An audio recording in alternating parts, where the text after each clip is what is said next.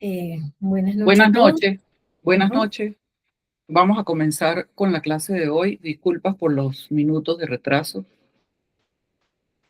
Hoy le corresponde a la doctora Carmen Morantes. Ella va a hablar sobre la toma de caso clínico, la jerarquización de la primera y la segunda prescripción. Y luego tendremos como invitado al doctor Edgar Gómez con una disertación sobre la crisis curativa. Así que buenas noches, sean bienvenidos. Adelante, doctor. Ok. Buenas noches a todos. Continuando con las clases del módulo 2, vamos a hablar sobre la toma del caso clínico, más o menos para hacer como una síntesis de lo que hasta ahora hemos impartido, tanto la doctora Vergara como mi persona, para ir como aclarando un poco el entendimiento de qué manera hacemos ese abordaje o ese acercamiento al paciente. Entonces, la toma del caso clínico tenemos que es una metodología clínica para la evaluación homeopática integral. Entonces, el caso clínico, que nosotros podamos hacer un caso clínico bien abordado, es aquel en que los síntomas han sido correctamente examinados, con detalles, anotados y analizados. Entonces, seleccionando todos aquellos síntomas que por supuesto nos van a caracterizar el terreno enfermo en su totalidad. O sea, así es como vamos a iniciar la toma del caso clínico. En esta presentación vamos a repasar un poco los conceptos ya vistos para reforzamiento y para de esa manera poder llevar la línea de la presentación. Entonces, recordemos que la homeopatía es un sistema médico integral que busca la curación a través de la individualización absoluta del paciente. Recordemos que ya hemos hablado de este principio fundamental, que cada paciente es único y irrepetible. Entonces, la toma de caso representa el pilar fundamental sobre el cual se constituye la selección del simílico, que es el medicamento más afín al estado del enfermo, es decir, es el medicamento que nos va a mostrar el cuadro sintomático que se obtuvo durante la experimentación, que este cuadro sintomático característico va a ser similar al cuadro clínico que nos va a mostrar el paciente. En esta clase, el propósito o la idea es el abordaje de 3 pilares esenciales, es decir, el valor de los síntomas, el dinamismo miasmático, la agrupación miasmática, la manera de cómo el paciente va a manifestar su enfermedad, la jerarquización, es decir, la organización de los síntomas para realizar una excelente repertorización. Entonces, los objetivos de aprendizaje en este momento, en esta clase de hoy, va a ser, primero, comprender el valor diferencial de cada síntoma. En segundo lugar, o número 2, identificar el dinamismo miasmático dominante. Y en tercer lugar, la jerarquización de síntomas con un criterio científico. La repertorización va a ser un tema para el módulo 3, se va a mencionar de manera somera, pero es un tema que no lo vamos a abordar a profundidad en este día de hoy. Digamos que nuestro primer objetivo de esta clase es comprender el valor diferencial de cada síntoma. Cuando el síntoma se comprende, el enfermo se revela, es decir, el enfermo expresa libremente su sufrimiento. Cuando el enfermo se revela o expresa ese sufrimiento de manera libre, entonces el remedio se encuentra. Y cuando el remedio se encuentra, o cuando el remedio se encuentra y este remedio actúa, entonces la armonía vital de ese organismo se restablece. Entonces, ¿cuál es el propósito de la homeopatía? Restaurar la armonía, el equilibrio de esa energía vital. Y eso es nuestro propósito de cada homeópata en formación y cada homeópata con experiencia. Entonces, recordemos que en homeopatía no todos los síntomas tienen el mismo peso diagnóstico. La clasificación correcta determina la calidad de la repertorización y, por supuesto, y en consecuencia, nos ayuda a tener la eficacia al momento de seleccionar el tratamiento. Recordemos, ya esto lo mencionamos como les comenté en clases pasadas, el síntoma mental y emocional va a ser el síntoma que va a tener el mayor poder individualizante. Es decir, todos aquellos síntomas que nos hablan del núcleo mental del paciente, es decir, del desequilibrio que está presentando, que puede caracterizarse por cuadros de irritabilidad, ansiedad, llanto fácil, miedos específicos, trastornos del sueño y cambios del carácter. Síntomas generales va a ser todo aquello que afecta al individuo en su totalidad, todo lo que tiene que ver con su entorno, la interrelación, la sensibilidad al frío que acompaña ese cuadro clínico, presencia de sensibilidad al frío o al calor, el apetito, cómo se comporta, las agresiones alimentarias, modalidades horarias, sueño y posición. Síntoma particular, digamos que tiene que ver con la parte específica de órganos o funciones, dolor localizado, tos con características propias, erupciones cutáneas con modalidades definidas. Habla Nash y Ken en sus textos que los síntomas particulares, digamos que son lo que tienen menor importancia, pero cuando los síntomas particulares están modalizados de una manera descriptiva y específica, su importancia empieza a incrementar. Tenemos que los síntomas que aparecen o expresa el enfermo deben ser nítidos para que tengan un valor diagnóstico y así puedan formar parte del cuadro característico del terreno enfermo. Entonces, nosotros debemos hacer con mucho interés y responsabilidad una recolección detallada de los síntomas. Y para hacer esta recolección vamos a tener tres aspectos importantes. Número uno, la historia clínica homeopática, donde se va a documentar la totalidad sintomática con un rigor metodológico y una trazabilidad científica, porque la historia clínica es donde vamos, como quien dice, es nuestro primer paso para hacer el enlace con ese paciente. La entrevista profunda, ya la doctora lo comentó en detalle, lo que es el interrogatorio, debemos ir más allá de la queja principal, explorar el contexto emocional, social, cronológico y físico que rodea cada síntoma del paciente. O sea, no solamente vamos a preguntar por qué vino, sino que cada cosa que el paciente nos expresa debemos revisarlo a profundidad y hacer esa interacción con el paciente para que nos pueda facilitar la información que necesitamos. El número 3, registro clínico sistemático, que es una documentación estructurada con consentimiento informado, fotografía, estudios de laboratorio y cronología de la enfermedad con evidencia objetiva. Recordemos que nosotros, ante todo, somos profesionales de la salud. Y la enseñanza homeopática va a ser un complemento para mejorar nuestro abordaje clínico. Entonces, nosotros hacemos la historia, evaluamos el paciente, debemos examinar al paciente y nosotros debemos hacer nuestra evaluación clínica y nuestra evaluación paraclínica para poder corroborar que lo que podemos presumir que el paciente tenga, poder tener el contexto en certificación. Es decir, si un paciente viene por una cefalea de fuerte intensidad bien especificada, ese paciente, además de todo lo que nosotros debamos hacer desde el punto de vista alopático y homeopático, hay que hacer una resonancia, una tomografía, porque es importante saber el contexto de lo que estamos evaluando, conocer a qué nos estamos enfrentando.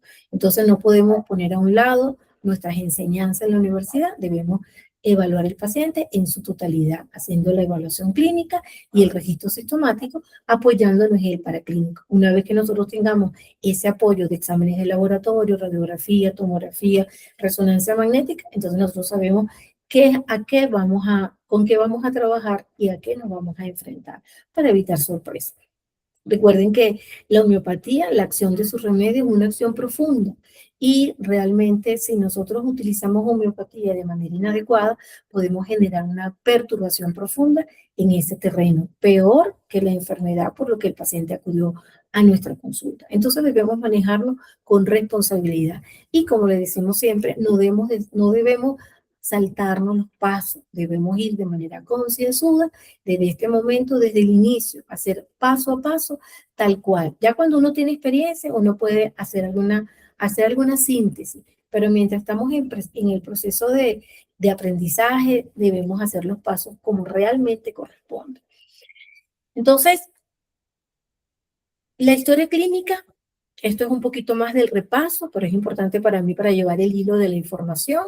No es un simple formulario, es un documento y es el mapa completo del paciente. La historia nos permite al homeópata comprender la personalidad del paciente, su contexto vital y establecer un diagnóstico certero y profundo. El homeópata debe ver al paciente en una totalidad, cuerpo, mente, espíritu e interacción. Eso deben aprenderlo desde el primer momento. No podemos fraccionar el paciente. Así no funciona. Entonces, la historia clínica integral o la historia clínica homeopática es la diferencia entre un diagnóstico superficial y una curación profunda. ¿Por qué? Porque la historia clínica va a tener toda la documentación necesaria para nosotros, que va a representar nuestra guía, que nos va a permitir poder llegar a un diagnóstico certero y un tratamiento adecuado. Entonces, la estructura de la historia clínica homeopática, esto también lo conversamos la vez pasada, es de esta manera. Debemos hacerlo de esta manera sistemática, desde el 1 hasta el 7. Datos generales, hacer énfasis en los antecedentes familiares y personales patológicos del paciente. Entonces, hay una cosa bien particular, que realmente esta es la estructura que debemos utilizar, pero cuando nosotros abordamos el paciente, digamos el punto 5, que son los síntomas emocionales y mentales, debemos hacerlo de último. Nosotros debemos indagar los datos del paciente, verificar qué ha acontecido con la familia y con ese paciente para saber qué historia de vida trae, cuáles son la representación o la vulnerabilidad miasmática que tiene esa familia, que tiene digamos, todo su descendente. Preguntar por qué acude a la consulta, revisar cómo se siente, síntomas generales, y ya cuando el paciente hemos hecho esa relación empática que se toma la confianza, que el paciente se siente en confort, y cuando vamos a empezar a abordar los síntomas mentales, sus miedos, ansiedades, porque son temas vulnerables. Entonces, en eso es importante. Realmente el esquema aparece así, pero cuando nosotros revisamos la materia médica y revisamos todo lo que es la parte teórica, los textos de homeopatía, los mismos maestros recomiendan en sus textos de que debemos hacerlo de esta manera. Entonces, cada sección de la historia clínica aporta un nivel de profundidad que nos va a ayudar a una mejor comprensión del paciente. Y, por supuesto, la jerarquía de los síntomas, de mentales a particulares, es una guía de prescripción homeopática. Entonces, una vez que nosotros realizamos todo este contexto, entonces ahora viene, digamos, uno de los aspectos que nosotros consideramos como homeópata, que es una de las cosas importantes que debemos tener presente y no debemos obviar, que es la historia biopatográfica del paciente. Es decir, la historia biopatográfica es un viaje a través de la vida del paciente. Entonces, comprender la evolución del paciente y la génesis de su padecimiento es esencial para identificar el medicamento constitucional.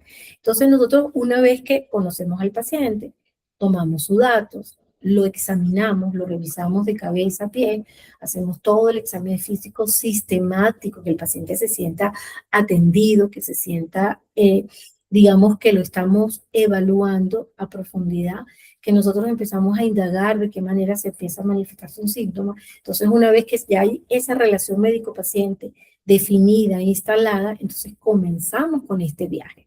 Entonces, mediante la historia biopatográfica, el homeópata descubre la intimidad del enfermo, ¿ok? Esto nos permite conocer síntomas mentales que, por supuesto, que se han podido gestar desde edades más tempranas, desde la infancia. Ese núcleo mental, cómo se ha venido desarrollando, cómo se han ido elaborando esas capas como una cebollita, que es lo que encierra ese organismo y de qué manera se viene enfermando. Entonces, digamos que para obtener la historia biopatográfica es necesario haber conseguido esta suficiente confianza del paciente y que el paciente, por supuesto, se sienta en tranquilidad y en confort para poder narrar su historia. Entonces, lo que vamos a hacer inicial, comenzamos con la infancia, es decir, indagar sobre enfermedades infantiles, el desarrollo, trauma temprano, vacunaciones, cómo fue el parto, si realmente hubo un trauma desde el momento de su nacimiento, si hubo alguna intención durante la infancia que pudo marcar la vida de ese individuo. Comenzamos como a preguntarle al paciente cómo ha sido su infancia, cómo fue la relación con sus padres, hermanos, familiares y con todas las personas de su entorno, de manera tal de que el paciente pueda narrar de manera detallada realmente cómo fue su vida, cómo fue su entorno, su núcleo familiar, si vivió totalmente con mamá, si mamá fallece durante la infancia, si lo envían a la casa de la tía, a la casa de la abuela, si tuvo muchos procesos de patologías durante su infancia que lo limitaron, situaciones que pudieron bloquear su determinación. Entonces, toda esta relación es importante. Entonces, de manera tal de que el paciente nos hable de todas las cosas agradables, así como las cosas desagradables que pudieron haber ocurrido en esa etapa de su vida. En segundo lugar, pasamos a la adolescencia. O sea, nosotros tenemos que ir conduciendo al paciente. Sí, por supuesto, detenerlo en historias largas, sino tener lo más importante. A ver, ahora cuéntame sobre tu adolescencia. Cuando vemos que el paciente se muestra repetitivo, cuando no manifiesta ningún dato que pareciera que no va a ser importante, si tuvo una infancia tranquila, equilibrada, sin ninguna perturbación, entonces, a ver, cuéntame de tu adolescencia, tu cambio físico, cómo fue esa pubertad, cambios físicos, emocionales, las primeras relaciones, experiencias formativas. Podemos hablar cómo fue su relación con amigos, con mamá y papá durante esa adolescencia, que es la etapa donde el ser humano adolece porque desconoce, no tiene herramientas para defenderse en la vida, para conocer de esta manera cómo fueron sus disgustos, sus problemas, sus conflictos y también pesares y alegrías. Entonces, de igual manera, pasamos entonces a su fase de la vida adulta, indagar cómo fueron las relaciones, trabajo, estrés crónico, cuáles fueron los eventos vitales significativos que pudieron detener en algún momento su visión. O sea, hay personas que se quedan encasilladas en historias de su vida, entonces es importante revisar si realmente ha tenido una historia matrimonial, si ha sido una historia feliz, conflictiva, conocer cómo ha sido su vida entre las circunstancias, es decir, relación de pareja, trabajo, pérdidas, duelo, cambios de residencia. Con este tema de la migración, sabemos que para muchas personas ha sido fácil adaptarse a otras costumbres y a otros sistemas, pero hay personas que el migrar ha representado un impacto en la vida y eso ha sido para ese ser humano un antes y un después. Entonces, con esto todo, toda esta información nos va a ayudar a qué? Nos va a ayudar a comprender la actitud psicológica o el desenvolvimiento psicológico que tiene ese paciente frente al mundo, frente a la vida y cómo se interrelaciona con su entorno. Entonces, ¿qué podemos hacer en último lugar? Entonces, evaluar todo esto nos va a ayudar a conocer los factores desencadenantes, es decir, de qué manera los eventos agudos o los eventos crónicos que se están presentando en la vida del paciente, de qué manera pueden precipitar la enfermedad actual. Es decir, podemos conocer desde cuándo, después de qué, ¿ok? Que son las preguntas que nos hacemos nosotros y les transmitimos al paciente. ¿Desde cuándo estás con el dolor de cabeza? ¿Desde cuándo tienes el dolor de la rodilla? ¿Después de qué? Qué sé yo, tuve un accidente, me separé, después de que me botaron de mi trabajo, después que se falleció mi mamá. Entonces, toda esta línea nos va a ayudar a nosotros poder comprender, es decir, la línea de vida del paciente. La biopatografía traza la trayectoria vital desde el nacimiento, la infancia, los vínculos afectivos, las pérdidas, los logros y los quiebres emocionales que van a hacer, que van a moldear el estado vital del paciente. Un paciente que tiene una vida de represión continua es un paciente que va a tener un miasma característico. Un paciente que ha sido sometido a muchísima presión, a historias, ocultando historia, muchas situaciones de su vida, a pensamientos que lo llevan a pensamientos repetitivos, es un paciente que va a tener una vulnerabilidad productiva, un paciente que es producto de vejación, violaciones, encierro, de daño continuo por personas muy cercanas, entonces un paciente que va a tener un pensamiento destructivo y va a tener una manifestación destructiva. Entonces, todos estos quiebres emocionales es lo que nos van a moldear el estado actual del paciente en el momento que le conocemos. Entonces, ¿por qué importa la biografía o la biopatografía del paciente? Entonces, Hahnemann reconoció que la enfermedad crónica tiene raíces profundas en la historia del paciente. Entonces, el trazado biopatográfico, ¿qué nos ayuda? Nos revela el hilo conductor entre las experiencias de vida y la manifestación de la enfermedad crónica. Entonces, esa historia de vida es lo que nos va a decir, con razón. Caramba, por eso es que el paciente está de esta manera. Ahora lo comprendo y lo entiendo. Cuando el paciente nos va relatando cuáles son las cosas, cuáles son los eventos impactantes que ha ocurrido en cualquier etapa. Entonces, la biopatografía es un elemento importante. ¿Por qué? Porque nos permite, primero, identificar supresiones previas.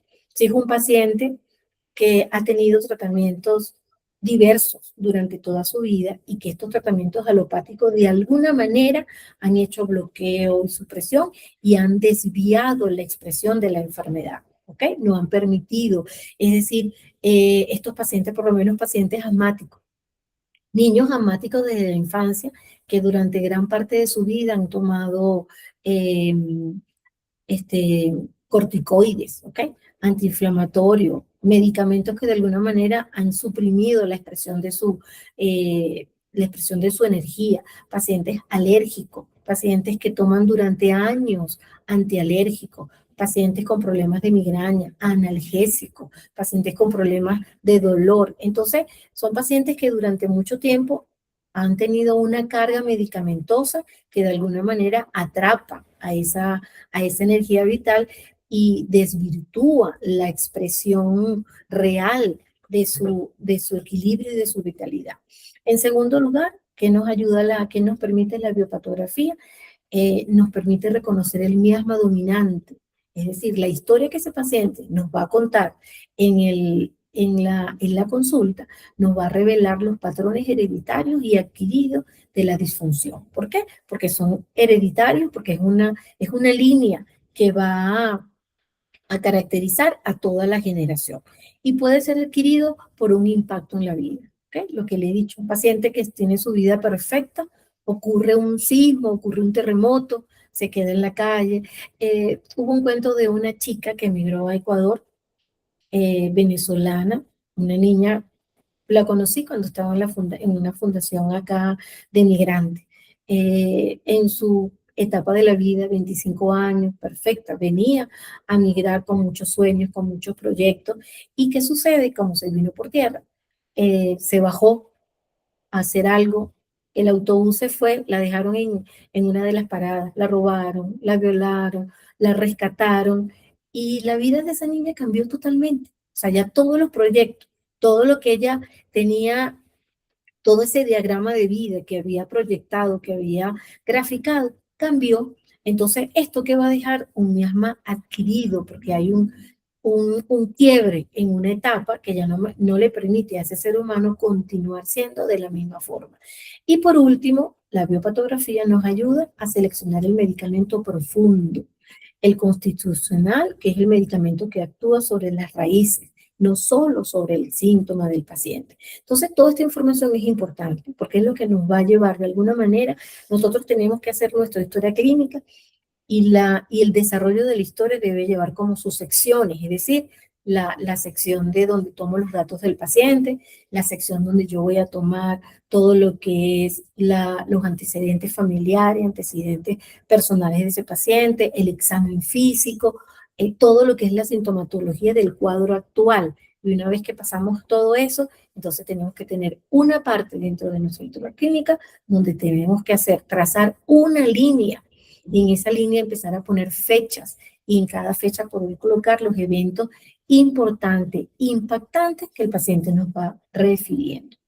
Entonces,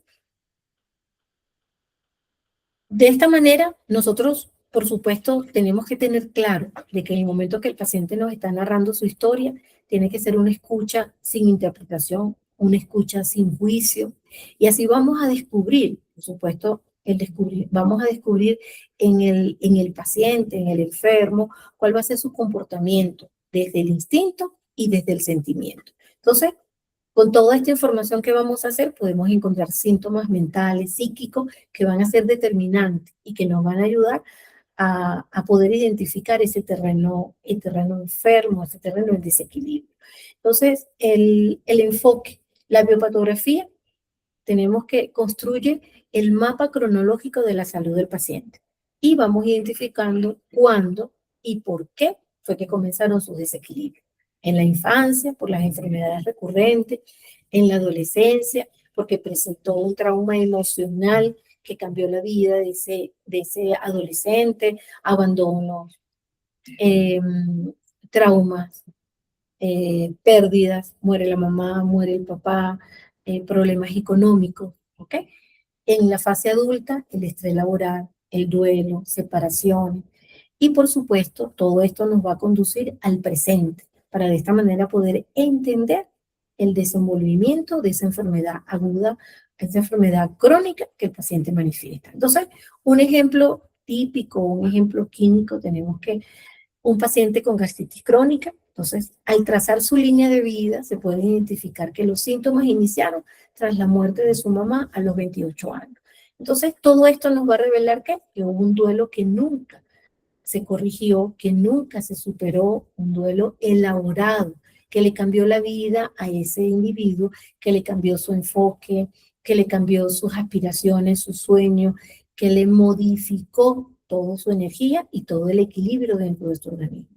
Entonces, todo esto es como que para entender de qué manera nosotros vamos a abordar el paciente y cómo vamos a conocer. La historia clínica homeopática es distinta. ¿Es distinta por qué? Porque hace que el terapeuta, el homeópata, realice ese enlace con el paciente. Tenemos que ser empáticos, tenemos que entender al paciente como un ser vulnerable que acude a nosotros porque realmente tiene algo que le aqueja y nosotros somos ese instrumento que les va a ayudar a poder recuperar su equilibrio. Entonces, es importante que ustedes revisen, reevalúen, evalúen, estén pendientes de que esta sección de lo que es la historia biopatográfica es una historia que no, es una sección de la historia clínica que no podemos saltarnos, porque es lo que nos va a ayudar, lo que nos va a dar la visión y la guía de cuál es el miasma que está predominando, cuál es la perturbación que tiene ese paciente de forma heredada o adquirida que lo ha conducido a este proceso de enfermedad. Entonces,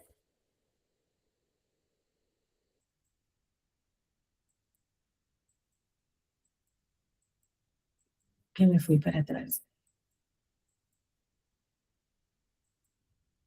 Ya va.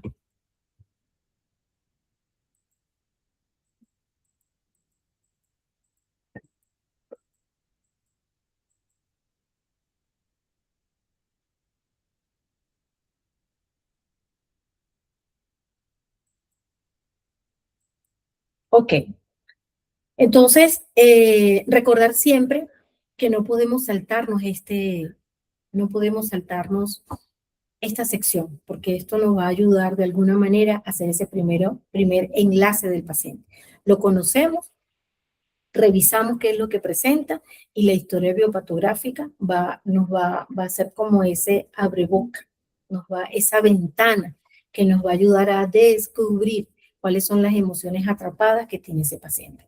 El objetivo 2 en esta clase tenemos identificar el dinamismo miasmático dominante, es decir, la agrupación miasmática. Una vez que nosotros indagamos todo lo que el paciente nos manifiesta en cuanto a síntomas generales, mentales, locales, nosotros debemos reconocer cuál es el miasma que está predominando en este momento en ese cuadro clínico. Entonces, comprender al paciente como un ser en continuo devenir, es decir, con una historia personal, familiar y emocional, es el punto de partida de todo abordaje homeopático genuino. Entonces, ¿qué sucede? La agrupación masmática nos lleva es desentrañando la enfermedad, es decir, desenredando, esa es la palabra que me venía, como desenredando la enfermedad, pero desde el concepto del miasma, para poder identificar qué es lo que está sucediendo, cuál es la manifestación que nos está presentando este terreno enfermo y considerarlo desde la herencia como factor clave. Entonces Hahnemann concluyó que detrás de cada enfermedad crónica subyace un foco persistente y ese foco persistente es el miasma. O sea, cada enfermedad o los síntomas es la manera como se expresa el miasma. Y sabemos que ese síntoma que me está expresando un miasma, detrás de ese síntoma hay una historia. Entonces, nosotros debemos de conocer esa historia que está detrás del síntoma para poder entender qué es lo que nosotros vamos a ayudar a curar, a estabilizar, a equilibrar. Entonces, esas son tendencias, digamos que el miasma son tendencias heredadas que van a conducir ¿y qué? A enfermar, que van a conducir a degenerar y van a conducir a generar cuadros con denominadores comunes reconocibles. Entonces, entender el concepto del miasma, eso es importante en la homeopatía.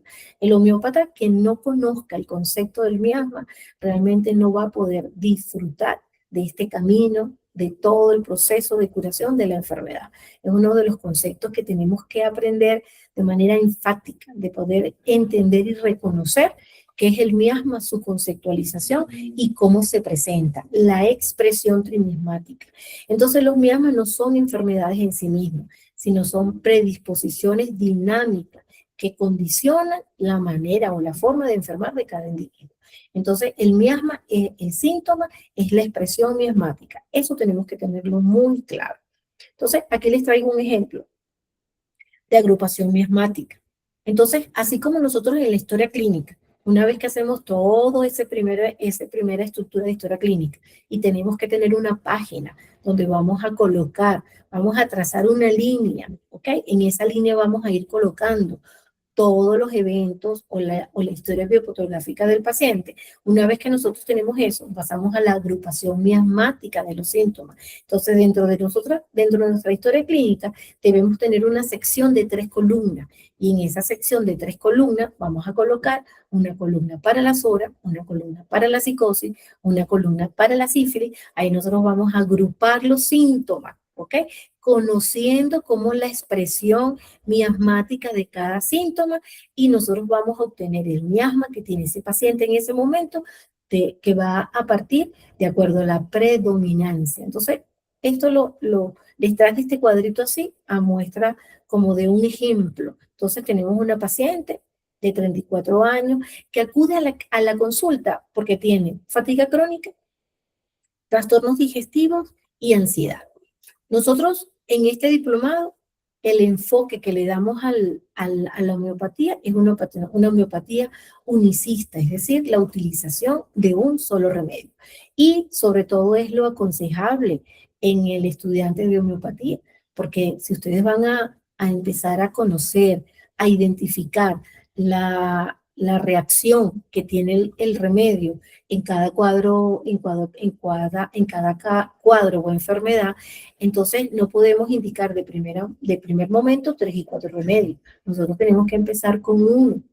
Y una vez que ya uno como homeópata, médico, terapeuta es experimentado, entonces ya tú puedes saber dependiendo de lo que tú quieres obtener en respuesta de ese paciente, tú puedes hacer tus cuadros de tratamiento.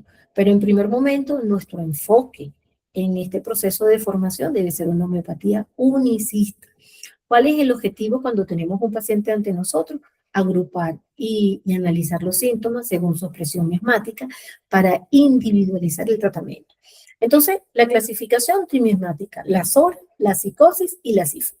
Entonces, en el momento que empezamos en nuestro proceso de interrogar al paciente o la recolección o digamos, la recolección de los síntomas, en cuanto a la SORA, es un paciente que manifiesta desde el punto de vista de su área digestiva, que presenta distensión abdominal después de comer, manifiesta que hay heces irregulares, a veces blanda o a veces seca. Cuando se revisan los síntomas generales, esta paciente manifiesta tener una fatiga fácil, especialmente por la tarde, con sensaciones de pesadez en la cabeza. Cuando esos síntomas se empiezan a modalizar, entonces manifiesta que empeora con el frío, con la humedad, que mejora con el calor y el reposo. Y cuando ya vamos a indagar los síntomas mentales, como les manifesté en primer momento, a pesar de que los síntomas mentales son los más importantes, no debemos indagarlo de primer momento. Debemos indagarlo una vez que el paciente se sienta en confianza, en confort. Entonces, nos manifiesta que manifiesta esta paciente preocupaciones constantes por su salud y necesidad de aprobación por inseguridad leve.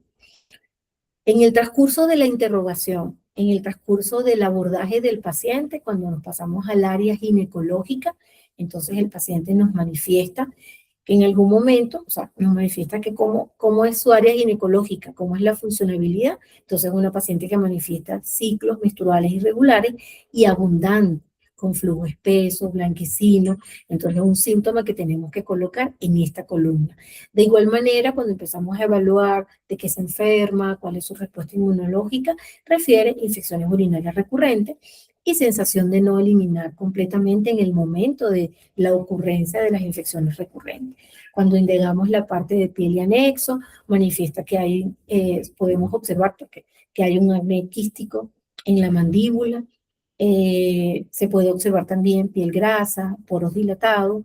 Y cuando también seguimos chequeando la parte mental, aparte de preocupaciones constantes por su salud, manifiesta que tiene apego a rutinas y control y dificultad para soltar el pasado. Entonces ya ahí vamos viendo, ya no me corresponde a las horas, sino corresponde de este lado. De igual manera, cuando se va evaluando la sintomatología desde el área neurológica, manifiesta cefalea punzante, como descargas eléctricas, dolores articulares migratorios, en cuanto al sueño, que despierta a 2, 4 de la mañana con angustia, sueños intensos de caída o persecución. En la parte emocional y mental, habla de ansiedad con sensación de vacío, pensamientos autodestructivos ocasionales y tendencia, y en la parte crónica y degenerativa, tendencia familiar a enfermedades autoinmunes, sensación de deterioro progresivo. Entonces nosotros con toda esta información, por supuesto, tenemos que enfocarnos en este momento, qué es lo que aqueja al paciente, cuál es el motivo por lo cual acude, por fatiga crónica, por trastornos digestivos y por ansiedad. Entonces, ¿cómo interpretamos nosotros este cuadro trimismático? Tenemos que ver que el predominio sórico, el predominio que evaluamos es un predominio sórico, con una expresión funcional y adaptativa. Es decir, a pesar de ser un paciente trimiasmático, porque tiene síntomas de los 3 miasmas, en este momento su enfermedad, su desequilibrio se está enfocando desde el punto de vista o desde la vulnerabilidad o manifestación sórica. Entonces no podemos desecharlo, tenemos que seguir, tener guardados esos síntomas allí, y cómo lo interpretamos el resto de los síntomas. Tenemos que tener presente que entonces esta paciente tiene una presencia de componente psicótico, pero es un componente psicótico moderado, porque estos síntomas de psicosis no son los que llevan al paciente a la consulta, pero es una sintomatología que tiene allí de retención, congestión y proliferación, que lo debemos tener en cuenta para próximas consultas en caso de que se manifieste o predomine. Y también, en cuanto a la parte sifilítica, sabemos que tenemos un componente sifilítico presente en profundidad de destrucción, dolor o desesperación. Entonces, en algún momento que el ser humano le ocurre un evento impactante, dependiendo del evento y de la calidad o de la profundidad, puede tener su manifestación de los 3 miasmas. Entonces, esta paciente tiene una manifestación sórica. Entonces, en el análisis global, tenemos que identificar primero el predominio miasmático, si es sórico, si es psicosis, si es sifilítico. Cuando nosotros tenemos nuestro cuadro, evaluar qué es lo que está manifestando. En cuanto al enfoque terapéutico inicial, entonces debemos abordar el terreno sórico para fortalecer la vitalidad y luego regular la retención psicósica, y en profundidad mejorar o corregir todo lo que es ese componente sifilítico. Entonces, ¿cuál es la estrategia que debe tener el homeópata con este paciente? Iniciar con medicamentos antisóricos constitucionales según la totalidad de síntomas y reacción del paciente. Entonces, esto es a manera de ejemplo para que ustedes sepan de qué manera nosotros vamos a ir paso a paso de recolectar toda esa información del paciente. La historia clínica, todas las secciones que hemos hablado, y cuando llegamos a la agrupación de miasma, esta es la manera como nosotros vamos a hacer, ¿ok? Evaluando digamos, la característica de presentación del paciente. Y esa característica de presentación tiene que tener una relación directa con lo que aqueja. Es decir, si el paciente me manifiesta que tiene síntomas, por eso nosotros en los textos podemos conseguir, en los libros de Ken, de muchos, digamos, seguidores y estudiantes de Hahnemann, podemos evaluar listas de síntomas sóricos, listas de síntomas de psicosis y listas de cuáles son los síntomas del miasma sifilítico. Entonces, ustedes en proceso de formación deben familiarizarse, ¿ok? Con las horas, cómo se manifiestan los síntomas de cada órgano y sistema, desde el punto de vista sórico, psicósico y sifilítico. Eso nos va a ayudar a tener una mejor comprensión al momento de elaborar este cuadrito en el desarrollo de la historia clínica. Entonces, en conclusión, la historia clínica viene a representar el mapa del ser. Número 1, la totalidad sintomática es la brújula. Sin una historia clínica completa, no hay prescripción homeopática profunda posible. No va a poder ser, o sea, no lo vamos a poder lograr. Número 2, los síntomas mentales lideran la jerarquía, es decir, son el reflejo más íntimo del desequilibrio vital del paciente, el núcleo mental. Ya más adelante, cuando hablemos de los remedios Policrest y hablemos del núcleo mental, entonces ya van a entrar como en materia y a reconocer lo que estamos hablando. Número 3, la biopatografía revela el origen. Entonces, conocer la historia de vida permite identificar factores desencadenantes y el miasma predominante. Y el miasma, por supuesto, nos va a orientar al tratamiento crónico. Nos va a ayudar a identificar la predisposición constitucional, lo cual es esencial, para poder curar en profundidad. Entonces, ¿cómo vamos a nosotros a entender el caso clínico? Cada caso clínico es único, es irrepetible. En esto se trata la ley de la individualidad.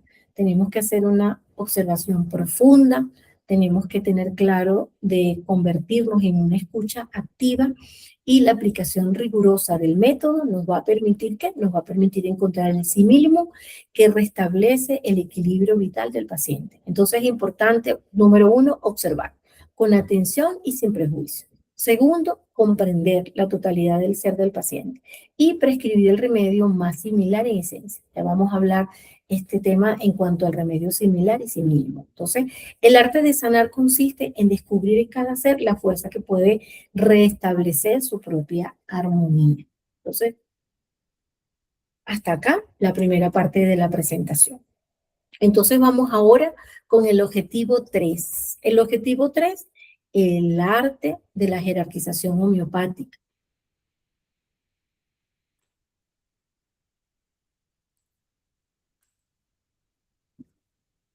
Entonces, jerarquizando síntomas con criterios científicos. Esto es un recorrido profundo por el método, la filosofía y la práctica de analizar el paciente como un todo, desde la observación clínica hasta la elección del remedio perfecto. Entonces, vamos a iniciar con criterios para jerarquizar correctamente. El homeópata debe aplicar criterios rigurosos al momento de jerarquizar. Entonces, a continuación vamos a hablar de 4 aspectos importantes, o sea, los principales factores que determinan el valor del síntoma. Es decir, hay que entender la intensidad. Los síntomas más intensos y que más afectan la calidad de vida del paciente tienen mayor peso eh, en la jerarquización clínica.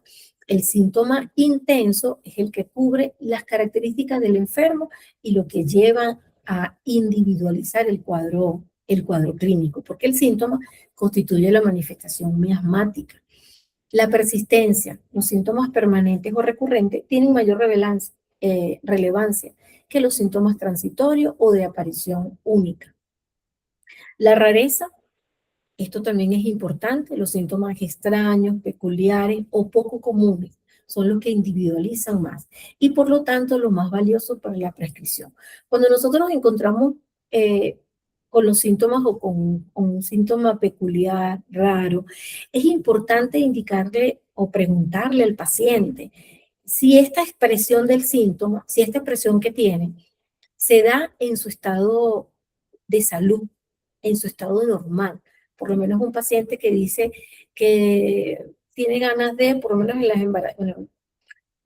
las embarazadas que le dan esos antojos de comer hielo con cualquier otra cosa.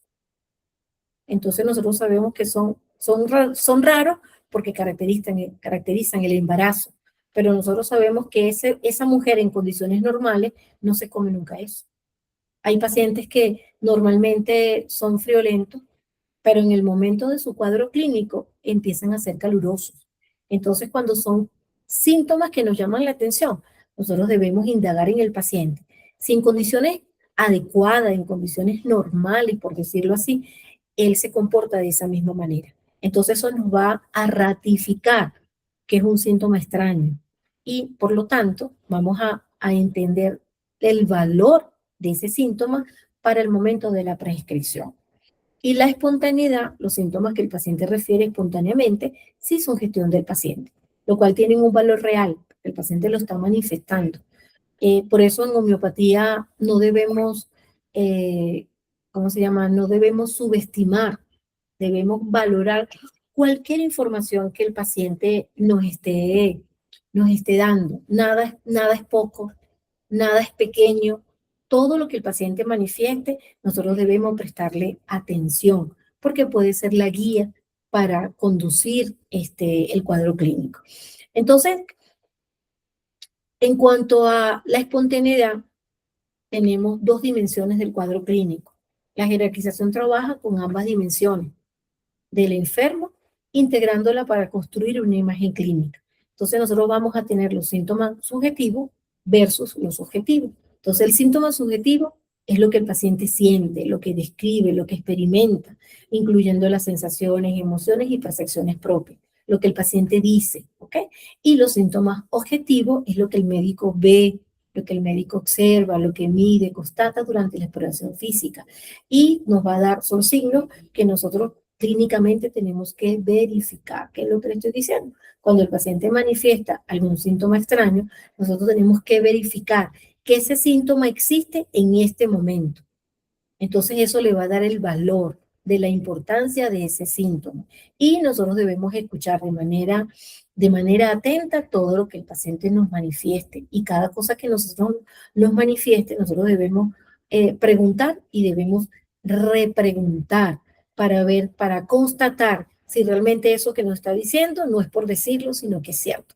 Por eso hay que preguntar y repreguntar en el paciente en el momento de hacer la jerarquización, porque son síntomas cuando nosotros jerarquizamos, son la lista definitiva que vamos a hacer para entonces después desarrollar la repertorización. Entonces tenemos que tener la certeza de que eso que nos está diciendo, lo está diciendo con certeza, sin titubeo. Entonces, ¿cuál es el propósito de la jerarquización? En ella se van a distinguir dos grandes categorías de síntomas también. Entonces, esta clasificación es fundamental para orientar correctamente la búsqueda del sí mínimo. Nosotros, inicialmente, se debe identificar el remedio específico. La jerarquización permite orientar la búsqueda hacia el remedio homeopático que mejor corresponde al conjunto de síntomas del paciente. Por eso debemos repreguntar para tener la certeza. Si el paciente dice, yo creo, no. ¿En qué momento? ¿Cuándo? ¿Cuándo mejora? ¿Cuándo agrava? Repreguntarle al paciente para que el paciente tenga la certeza y la confianza y la certeza de que eso es lo que él siente. Una vez que nosotros hacemos nuestro trabajo de jerarquización y repertorización y selección del remedio, ese remedio que se repertoriza se debe comparar con la materia médica. Es decir, consiste en cotejar los síntomas colectivos o que caracterizan la enfermedad con la lista de síntomas de los medicamentos conocidos en el repertorio. Nosotros el repertorio, ya les hablaré en la clase de la próxima semana, es un texto, es un diccionario alfabético de síntomas, ¿ok? Pero nosotros, además que nos vamos a apoyar en el repertorio, es importante tener conocimiento de la materia médica, que es lo que nos va a ayudar a conocer la característica experimental de cada remedio. Y por último, la jerarquización nos va a ayudar a aumentar la precisión clínica. Al momento de ordenar correctamente los síntomas, el clínico, el homeópata, reduce el margen de error en la selección del cinismo, del medicamento adecuado para ese cuadro clínico. Entonces, el propósito de jerarquizar es identificar los síntomas que realmente caracterizan la enfermedad. Y ese síntoma que caracteriza la enfermedad de manera individual es lo que nos va a conducir a buscar el remedio para que nosotros podamos tener resultados satisfactorios. Entonces, estos síntomas, digamos que las grandes categorías van a ser los síntomas característicos y los síntomas comunes. Esta clasificación es fundamental para orientar correctamente la búsqueda del sí mínimo. Entonces, los síntomas característicos son todos los síntomas más valiosos para la prescripción homeopática. ¿Por qué? Se caracterizan ¿por qué? Porque van a ser los síntomas raros, extraños, peculiares, los que llamamos keynote, ¿ok? Que son los que van a ser individual en ese paciente en este cuadro clínico. Son altamente individualizantes del paciente. Son difíciles de encontrar en otros enfermos similares. Por eso hablamos, cuando hablamos de individualización, podemos tener un cuadro de cefalea en 3 pacientes y cada paciente puede tener una presentación clínica totalmente diferente. Y por supuesto son determinantes para seleccionar el remedio. Los síntomas característicos. Los síntomas comunes son aquellos síntomas que pueden acompañar a muchas enfermedades y que pueden presentar muchos pacientes. Son los síntomas que comparten muchos pacientes con la misma patología. Se caracterizan ¿por qué? Por ser frecuentes en la misma enfermedad, de valor, no tienen un valor individualizante, son útiles para el diagnóstico nosológico, es decir, para el diagnóstico alopático que tiene el paciente. Y son complementarios en la jerarquización. O sea, los vamos a considerar, pero de manera complementaria, pero no un valor importante ni un valor significativo. Entonces, existen niveles de jerarquía en cuanto a síntomas.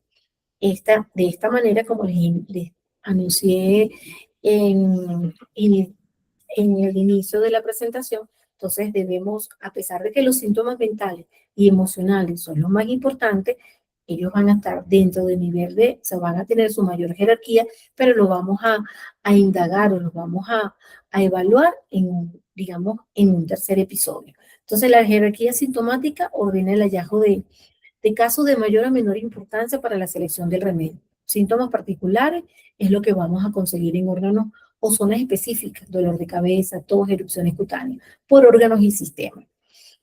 Es lo que va a caracterizar el motivo de consulta del paciente. Síntoma en general, es decir, cómo se comporta este síntoma, la modalización. Entonces, esto afecta a todo el organismo, el apetito desde que está enfermo, desde que tiene ese dolor abdominal, como es el apetito, como es el sueño, como es la temperatura, modalidades de mejora, empeora, qué te mejora, qué te empeora. Entonces, esos son los síntomas generales. Y por último, los síntomas mentales y emocionales que van a tener el valor, el mayor valor, que son los miedos, deseos, aversión, estado de ánimo, son la voz profunda del paciente. Entonces, acá les traje, a manera de ejemplo, digamos, ¿cómo podemos recoger la recolección de ese síntoma? O sea, un cuadro comparativo. Los síntomas mentales ocupan el primer lugar en la jerarquía homeopática. Entonces, ¿cómo se aborda? Entonces, cuando tratamos de indagar en el paciente, si presenta alguna emoción de miedo, que es lo que le está generando ese desequilibrio en su energía vital, podemos preguntarle si presenta miedos intensos. Entonces, esos miedos intensos pueden ser a la muerte, a la oscuridad, a los animales, a las alturas, ¿ok? Entonces, de alguna manera, de esa manera es que nosotros, ¿tienes miedo o no? ¿Tienes miedos intensos? Y esos miedos pueden ser a la muerte, a la oscuridad. Entonces, con esta pregunta guía, el ejemplo de respuesta que el paciente puede dar, que sí, que tiene mucho miedo, miedo a la muerte, y piensa en ella constantemente. Entonces, ya este núcleo mental nos puede orientar hacia un remedio. Una vez que nosotros conocemos los policrestos, conocemos los remedios profundos, los remedios constitucionales, y conocemos el núcleo mental de cada remedio, entonces ya el homeópata puede, bueno, este paciente puede estar de arsénico y acónito, ¿ok? ¿Por qué? Porque son remedios que pueden compartir algunas características de su núcleo mental, pero acuérdense que nosotros para seleccionar el remedio tenemos que tener la globalidad de síntomas generales y locales. Cuando queremos investigar un poco sobre la ansiedad, entonces se pregunta que si siente angustia. Entonces, ¿a qué? ¿A qué hora? ¿En qué parte del cuerpo se manifiesta la angustia? ¿Cómo se manifiesta? Entonces el paciente nos puede decir, si me angustio al amanecer y siento como el corazón apretado, ¿ok? Entonces, esto nos puede orientar a qué? En cuanto a la materia médica y por el núcleo mental, a un cuadro de arsénico o un cuadro de natriumuro. Cuando queremos evaluar el estado de ánimo, entonces le preguntamos al paciente, ¿cómo describe tu humor habitual? ¿Eres irritable? ¿Siempre estás triste? ¿Eres indiferente? ¿Eres eufórico? Podemos preguntarle al paciente, cuando te molestas, ¿qué haces? ¿Tiras puertas? ¿Lloras sola? Entonces el paciente nos puede decir, estoy irritable, exploto por pequeñeces y luego me arrepiento. Entonces nos puede orientar por su núcleo mental a remedios como luz vómica, chamomila. Si el paciente nos dice, no, es que cuando me molesto, cuando me contradicen, entonces nosotros podemos pensar también en licopodio. Entonces, eso es lo hermoso de la homeopatía, que ya cuando uno va conociendo el núcleo mental y todas las características experimentales del remedio, entonces ya nosotros podemos ir desdibujando el paciente desde ese momento que hacemos el interrogatorio. Si queremos indagar sobre su desenvolvimiento en la sociedad, relaciones sociales, su interacción social, entonces podemos preguntarle como, por ejemplo, ¿normalmente prefieres estar solo, prefieres estar acompañado? ¿Te afecta la crítica o te afecta las opiniones ajenas? Entonces nos puede decir, no soporto estar solo, necesito compañía constantemente. Entonces podemos hablar de fósforo, de pulsatilla. Si es un paciente que dice que prefiere estar solo, que se aísla, que le cuesta mucho interactuar con los demás, entonces podemos pensar en silicia, ¿ok? Entonces, esto es lo que de alguna manera tenemos que empezar a aprender, de que ya la manera de abordaje y la manera de formular preguntas es diferente. Cuando queremos saber de las características del sueño, entonces podemos preguntarle si con frecuencia recuerda sus sueños, si son sueños recurrentes y por supuesto de qué se tratan. Entonces eso nos va a hablar sobre el pensamiento, ese cuadro del pensamiento que lo caracteriza. Entonces el paciente puede decir que sueña, que la persiguen, se despierta sudando y con el corazón acelerado. Entonces podemos pensar en estramonium y podemos pensar en belladona, ¿ok? Entonces, hablando de deseos, en cuanto a deseos y aversiones, también se le puede preguntar al paciente qué situaciones le generan placer o disgusto. La música, el orden, el trabajo, para más o menos indagar qué le genera confort y qué no. Entonces puede decirlo que necesita que todo esté en orden. Si algo está fuera de lugar, se descontrola. Entonces el núcleo mental o el comportamiento de un paciente que vibra en el remedio arsénico o luz vómica, ¿ok? Entonces, esto es más o menos como un ejemplo, un cuadro comparativo. Nosotros, hay un texto que se llama El arte de preguntar, les voy a compartir, que ahí van a encontrar, así como esto, ejemplos de los diferentes emociones que de alguna manera pueden acompañar al paciente en el cuadro clínico y que a veces el paciente no sabe cómo manifestar, o sea, el paciente no sabe cómo decirlo.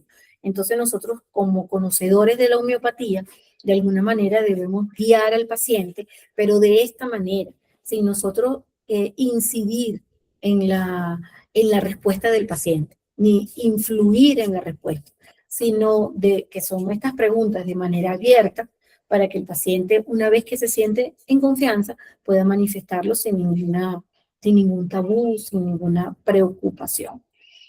Entonces, aquí tenemos un ejemplo de jerarquización clínica.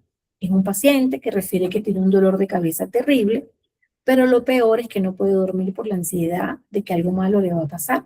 Entonces nosotros tenemos que establecer estos primeros tres rubros. Desde el punto de vista emocional y mental, entonces existe reconocer que hay una ansiedad intensa, con un temor anticipatorio, ¿ok? Entonces son síntomas de mayor jerarquía, ya que define el remedio más que cualquier otro. O sea, la ansiedad con anticipación es un síntoma de mayor jerarquía, profundo e intenso. Cuando vamos a evaluar la parte de síntomas generales, modalización del sueño y de la temperatura, entonces hay que indagar si mejora con el calor o el frío y qué posiciones duerme. Hay personas que duermen boca abajo, otros que te ponen la mano debajo de la cabeza, otros que duermen de lado, que tienen una posición fija. Entonces, todo eso es característico en el remedio. Y por supuesto, el apetito, si está alterado, si durante este cuadro clínico ha incrementado, ha disminuido o si tiene predilección por algún alimento. Y en la parte de síntoma localizado o local, entonces se registra pero con menor peso. Se habla, Podemos indagar sobre el dolor, pero entonces chequear si el dolor es punzante, si es del lado derecho, si es del lado izquierdo, si tiene náusea. Entonces, generalmente esta modalización del síntoma local le puede generar o le puede adjudicar un poco más de importancia. Entonces, una matriz de jerarquización sintomática, ¿cómo se interpreta? Tenemos el síntoma mental y emocional, que son síntomas más valiosos, definen el perfil profundo del paciente. Desde el punto de vista general, afecta a todo el organismo e informa sobre la vitalidad y funciones generales. Lo particular, localizado, específico, aportando detalle y precisión. Entonces, cuando nosotros indagamos los síntomas, debe haber una ponderación, es decir, el orden de importancia que se puede tomar desde el 1 hasta el 5.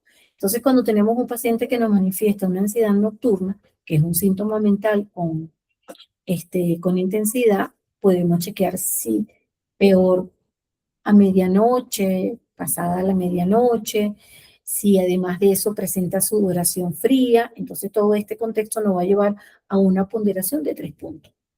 La cefalea occipital, entonces puede decir que puede ser media, puede hablar como que se presenta con mayor presión, que presenta náusea, pero es un síntoma que puede comportarse de una manera común. Hay muchos pacientes que pueden presentar cefalea occipital con un poco de presión, entonces no es nada impactante. Podemos indagar un poco más sobre el deseo de la sal, como por ejemplo, que el paciente manifieste el deseo de sal, que no es algo tan frecuente, y también puede considerarse como con una intensidad marcada, evaluar la constante de ese deseo de sal y que se puede acompañar con sed intensa. Entonces, eh, esta, esta matriz de este síntoma puede tener una ponderación de 3 puntos, ¿ok? Y por supuesto, si el paciente nos manifiesta que presenta episodios de tristeza por la música, entonces ya esto es un síntoma peculiar, raro, diferente.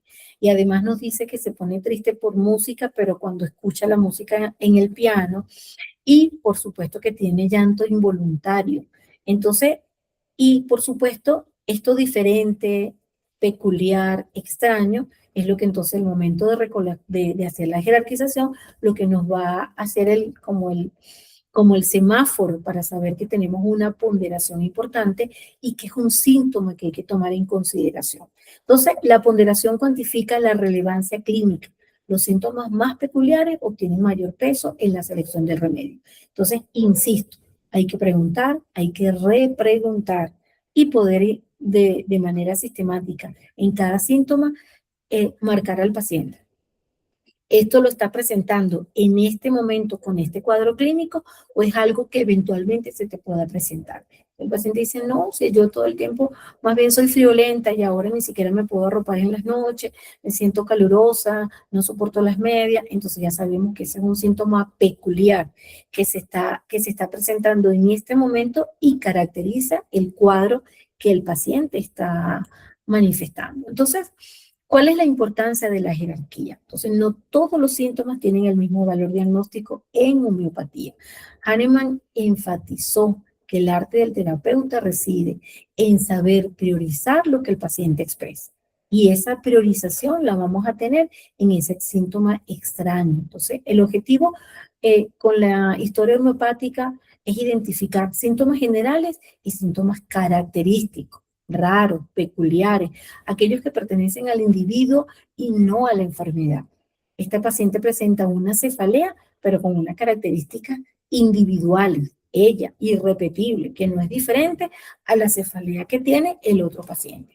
Entonces, ¿por qué jerarquizar? Porque nos ayuda a identificar lo esencial del paciente. Entonces, escuchar más allá del diagnóstico. Hay pacientes que vienen, no, porque tengo gastritis. No, ya va. ¿Qué sientes? Hay pacientes que ya dicen, ya tengo, porque tengo sinusitis. No, ya va. Vamos a indagar, o sea, vamos a desmenuzar todos los síntomas antes de ponerle una etiqueta.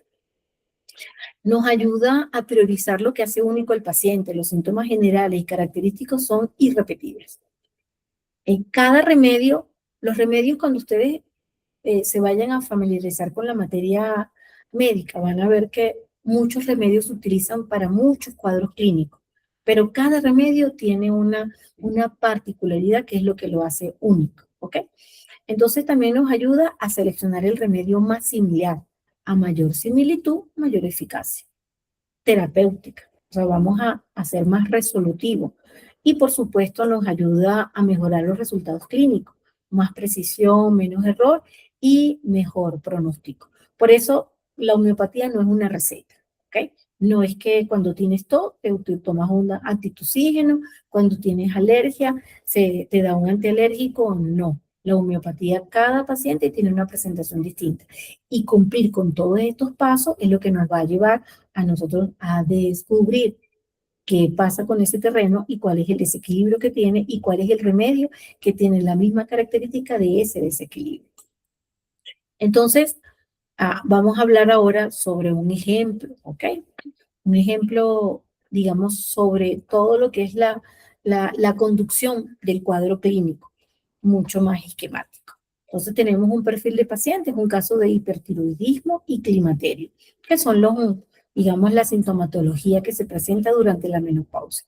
Es una paciente femenina en etapa de climaterio con diagnóstico confirmado de hipertiroidismo e hiperprolactinemia. Entonces hay que hacer los estudios de laboratorio, TSH, prolactina, con rangos anormales al inicio del tratamiento. No nos podemos olvidar, o sea, no podemos desesperarnos con solamente el cuadro clínico. Nosotros tenemos que apoyar cada caso con su paraclínico, tener la certeza de a qué nos estamos enfrentando. Entonces, los síntomas registrados. Entonces, nosotros, el primer cuadro es este primer cuadro. Síntomas emocionales, síntomas generales y particulares. Existe una mnemotécnica que deben ser 2 síntomas emocionales, puede ser uno general y 2 particular, ¿ok? Que es una mnemotécnica que debemos seguir.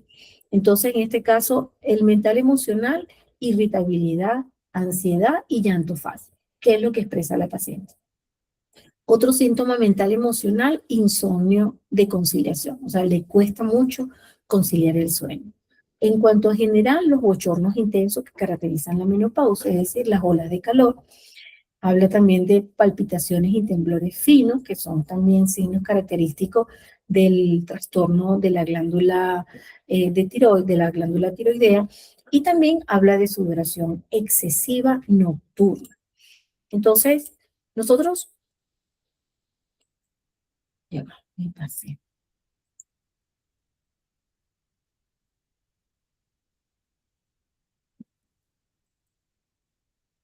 Nosotros debemos, nosotros debemos de alguna manera entender en el momento que nos enfrentamos al paciente, entender la manifestación física de ese malestar interno que el paciente presenta. Desde que el paciente ingresa a la consulta, debemos evaluar el rostro del paciente, su postura, el tono de voz, su mirada. Son síntomas que nos reflejan la característica del paciente. El clínico o el homeópata aprende a leer el lenguaje no verbal. ¿Cómo? Y esto se va a conformar, va a ser como parte integral de la totalidad sintomática, porque ya más adelante cuando veamos los remedios constitucionales, otro grupo de remedios, podemos ver que es importante lo que es el lenguaje del cuerpo, que una vez que el paciente ingresa, ya con solo mirarlo, ya nosotros podemos saber qué aqueja a ese paciente. No vamos a saberlo, podemos tener una guía hacia dónde debemos conducirnos. Entonces, cada detalle observado durante la consulta va a enriquecer el caso. Entonces, hay que tener una observación activa, registrar postura, gesto, contacto visual, velocidad del habla, y reacciones emocionales durante la entrevista. Por lo menos el Natrium Mur es un remedio donde el paciente tiene un duelo profundo, y podemos ver que ese paciente se le enrojece todo lo que es el párpado, en la línea del párpado inferior, pero no bota ni una lágrima.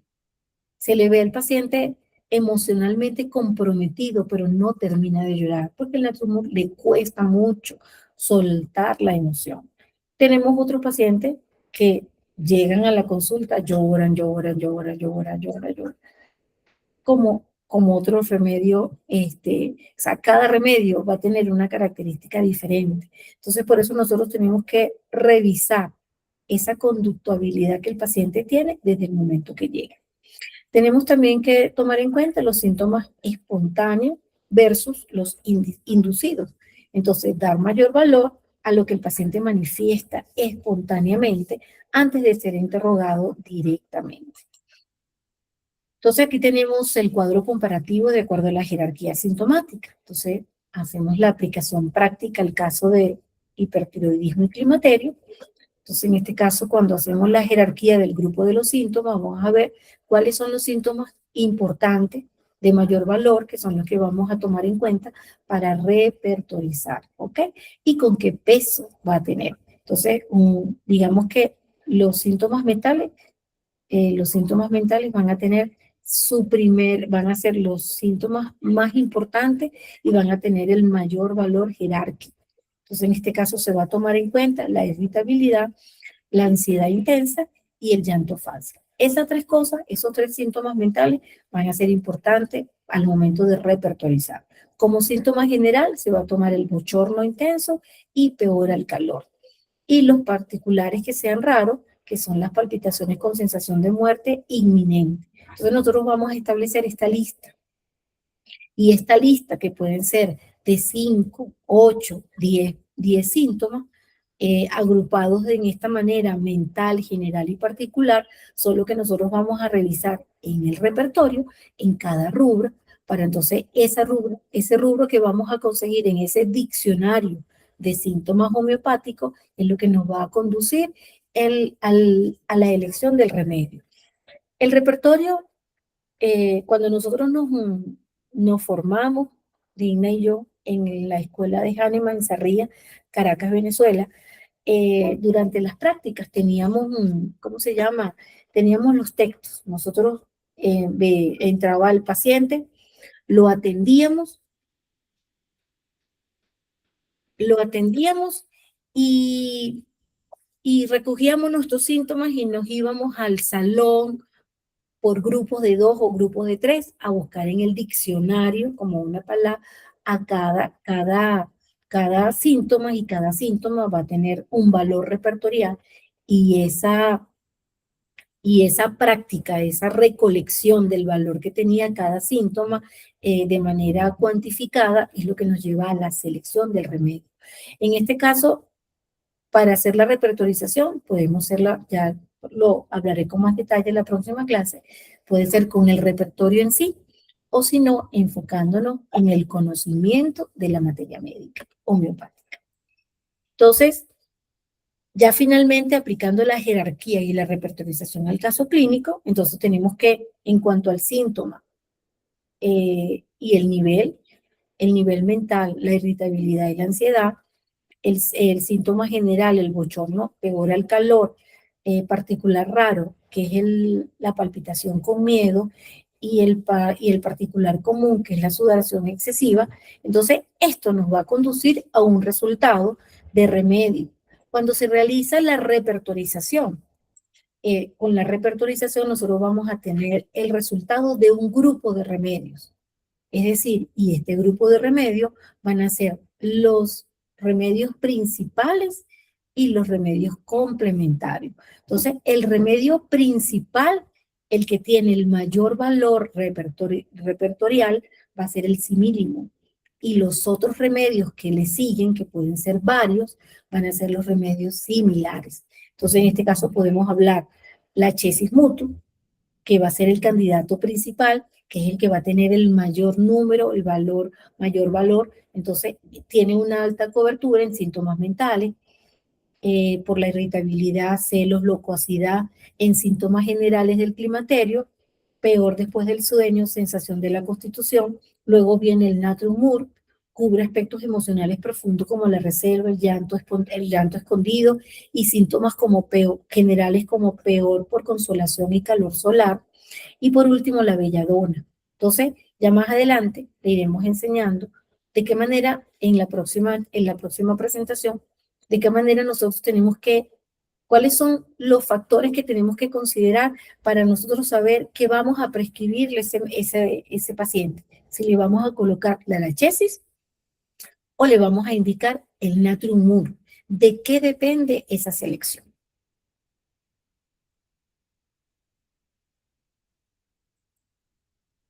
Entonces, la maestría, ya en conclusión, en la toma del caso, es un proceso dinámico que exige conocimiento, conocimiento científico, una intuición clínica cultivada y una empatía genuina hacia el paciente como ser integral. No subestimar ningún síntoma. Entonces, primero el síntoma, jerarquizar correctamente los síntomas mentales general y particular en base a toda la buena prescripción. El miasma, la comprensión miasmática permite anticipar la evolución y selección al tratamiento antimiasmático adecuado. La repertorización sistemática confirmada con la materia médica nos va a conducir al simílimo con una precisión científica. Y el resultado, la homeopatía aplicada profesionalmente, ofrece soluciones efectivas, duraderas y basada en una evidencia clínica.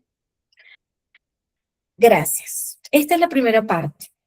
Luego viene la otra presentación.